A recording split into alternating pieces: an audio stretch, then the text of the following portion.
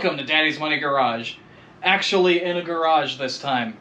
It's not our garage, but that's pretty normal for this channel. If you pay attention to our community tab and saw the recent short that I put out, then you already know that we have a new project car. But it's not really our project car, it's my little brother Jason's car. Hi there. You've seen Jason a couple of times before on this channel, but you haven't really gotten to know him yet. Jason's my half-brother. You went to No Name with us. I skipped 2 days of college. I definitely would have done it again. Really awesome. It was so awesome that the weekend after we got back, we went and bought a car. Yeah, I was like, hey, I want to come back next year. We got to go buy a car. We're going to get into what that car is in a second, but it demands a little bit of explanation. Sit down, have a seat, it's story time. Our story begins in the late 1980s, maybe 1990, at an intersection of Central Pike and Dawson Chapel Road here in Hermitage, Tennessee. A white Firebird Trans Am and a blue Chevrolet Nova were at the intersection. The driver of the Nova floors it through the intersection, headed towards the lake. The Trans Am sees this, cuts, follows the Nova until they meet up at the lake. That is the beginning of the relationship between our father and my mother. Our father passed away in 2020, and my mother passed away in February of this year. And 3 months after that is when me and you connected. Yeah. I had met my father a couple of times, but I didn't really know him growing up, but you did. I remember when you were born. Yeah, I think if you look somewhere back in the photo albums, I believe he actually does have a picture of him holding me. Yeah. About a month and a half ago, we were cleaning out this garage. And what was in it? We found on its stand, ready to be at the machine shop, a Chevy Big Block 454. It obviously had some work that needed to be done to it.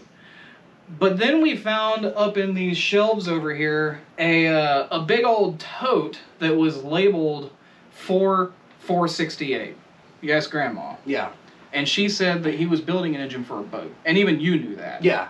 And what kind of boat was it? It was some sort of 1970 speedboat. The story behind it was he was working for TMC at the time, and I think he picked up the boat from California, and I think he hauled it on his flatbed all the way here. It was a really, really nice boat. I remember riding on it maybe 3 or 4 times. We found all these parts that were laying around for this engine, and you don't know anything about building engines, but you're learning. Yeah, not yet, not yet. And I know just enough to be dangerous. We needed to just show him the car. Yeah, I agree. So, hope you enjoyed story time. Let's show you what you're actually here to see. This is what Jason has bought. This thing is a beautiful gem. A 1970 Chevrolet Nova. Now our dad's was a 62, but it's a Nova, so it's close enough. And his was also blue, and this one's red, but it's close enough. We're gonna give you a tour of this car. I think the most proper place to start would be at the back, so let's go to the back. If you see this switch right here, then you already know what this car is about. But in case you have any doubts, this car has a long history of drag racing. Now, the guy that he got it from knew the guy who put the car together, and he really didn't want to sell it. But this car came from Gleason, Tennessee, as evidenced by the stickers on here. I don't know if you can see all of them. See if you can get in close, especially that one. I'd rather be drag racing. Northwest TN Motorsports, Gleason, Tennessee. Gleason is where we picked up this car. All of these stickers are old. This car has a long history that we just don't know about. But it was set up properly and competed in HRA events, as evidenced by the fuel cell, the fact that the battery has been relocated, this kill switch, and this back firewall, and the other things you're going to see as we go through this. This car has already been fitted with ladder bars, and it's already been tubbed. So it's got 11-inch wide tires on the back that would not have fit normally. Coming around to the side of the car here, you can see that all the glass is in perfect condition. This is the only bit of body damage. Behind here is Bondo. It's just not great. It needs to be redone, but really the car needs a paint job, so the bodywork is not really that big of a deal. But this is the only damage we can find. There's not another dent in this car. So coming to the inside of the car here, you can see that they really outfitted this thing for an intended purpose. First thing that I noticed was this P&M shifter that is not connected to anything at the moment. It's also on backwards. It's also on backwards. We'll just leave it in park. Hopefully it doesn't roll anywhere. 2 of these gauges are busted and need to be replaced.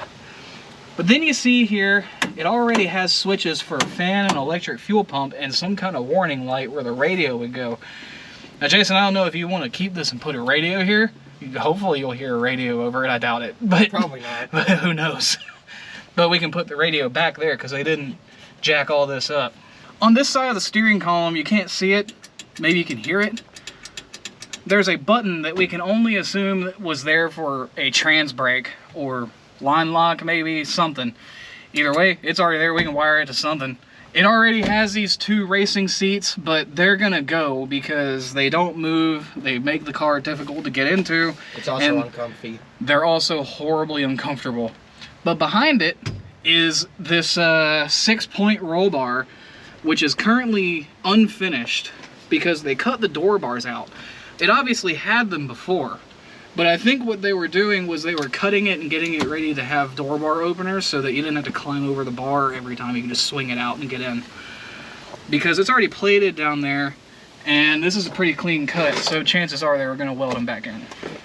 This car's got brand new carpet. It's just dirty, needs to be vacuumed again because Jason really sucks at vacuuming. The door panels are in great shape. The windows roll down just perfect.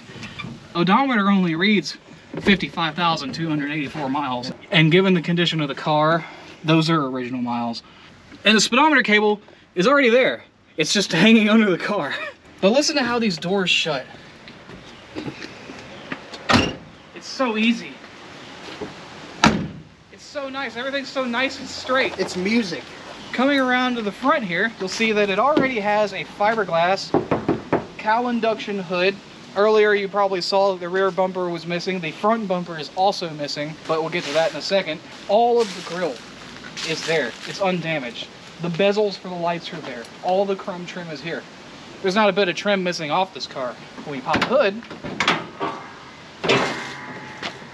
you'll notice there's no engine and no transmission. This frame, it's just dirty. There's maybe a little bit of surface rust, but nothing questionable about it.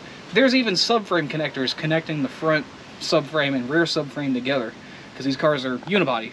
So that makes it a lot more rigid along with the cage.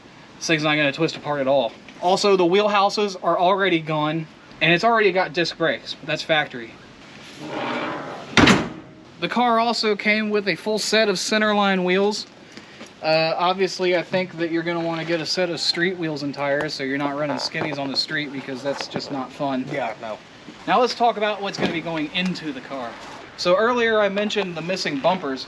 They're right here. They're fiberglass. They came with the car. The guy included it with them. The bird poop also came with it. That was free. We didn't have to pay the birds for that. Now the week after he picked up this car, he bought that.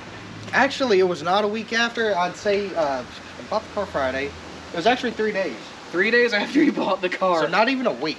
Built turbo 350 automatic with extra clutches, a hardened sprag. The guy that he bought it from took it apart in front of us. Everything in here is surgically clean. It's beautiful.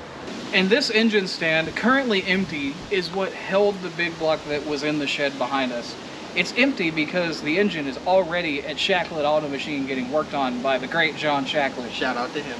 Shout out to John Shacklett. He's done amazing work on everything we've ever brought to him. Earlier I mentioned that that big block was being built for a boat. It had already been in a boat, and we determined that because the engine was set up for reverse rotation, meaning that the cam gear and the crank gear were locked together without a chain. So they spun opposite directions. And when you do that, the cam, instead of moving forward, it'll go backward. And the cam gear ate into the block, and now it has to be leveled and repaired, and it needs to be rebored, and everything's getting cleaned up. He didn't even touch the heads. So the heads are being completely built, and that'll be back to us in about a month. Shout out to Nick the Van Man 90 because he already donated a cam and lifter set to him to get the engine on the road. Legend. Absolute legend. Shout out to technician Troy for hauling the car home. They did not officially leave my house until about 3 a.m. Yeah, and Troy said that if he didn't buy the car, it was coming home with him. The car was leaving one way or another. So let's just get down to the nitty gritty of cost. That's the thing that nobody really likes to talk about. It's not 1980 anymore. It's 2023 and the money is just absolutely worthless. An 18-year-old kid in college can't afford to go buy something like this usually. But tell him how much you paid for it. Just for the car was $5,500. And that included the bumpers, the wheels, everything. He already had the engine, but none of the parts are really usable. So we're gonna have to get all of that. Except for the dome pistons. No, those can't go in because the thing will blow itself apart. You won't be able to run pump gas if we put 12-to-1 pistons in it. Bought the transmission for $1,000. So far, you're how much into this? $6,500 so far. $6,500. And maybe add another $1,000 after Shacklett's done with the machining. This kind of project being built for $10,000 to $12,000, including the cost of the car, is a pipe dream to most people. And Troy already named the car. And what is it? Pipe Dream Nova, baby. It's the Pipe Dream Nova. The engine will be back in a month. I think today we're going to order some bushings to replace all the rubber because it's nasty and needs to be replaced. But once the engine's back, you'll be seeing a lot more videos on this because this thing hopefully will be moving by spring and going to No Name Nationals with us next year. The best way that you can support this project and this budding hot rodder is by liking and subscribing and sharing the video to people, because the ad revenue from this is going to go into his car. So the more you share it and the more views it gets, the more that it helps him out. Hit that red sub button, man. It's not that hard. Like, if you don't want to get constant updates of my stupid community posts, just don't hit the bell. But, you know, we appreciate it if you do. We'll catch you in the next one.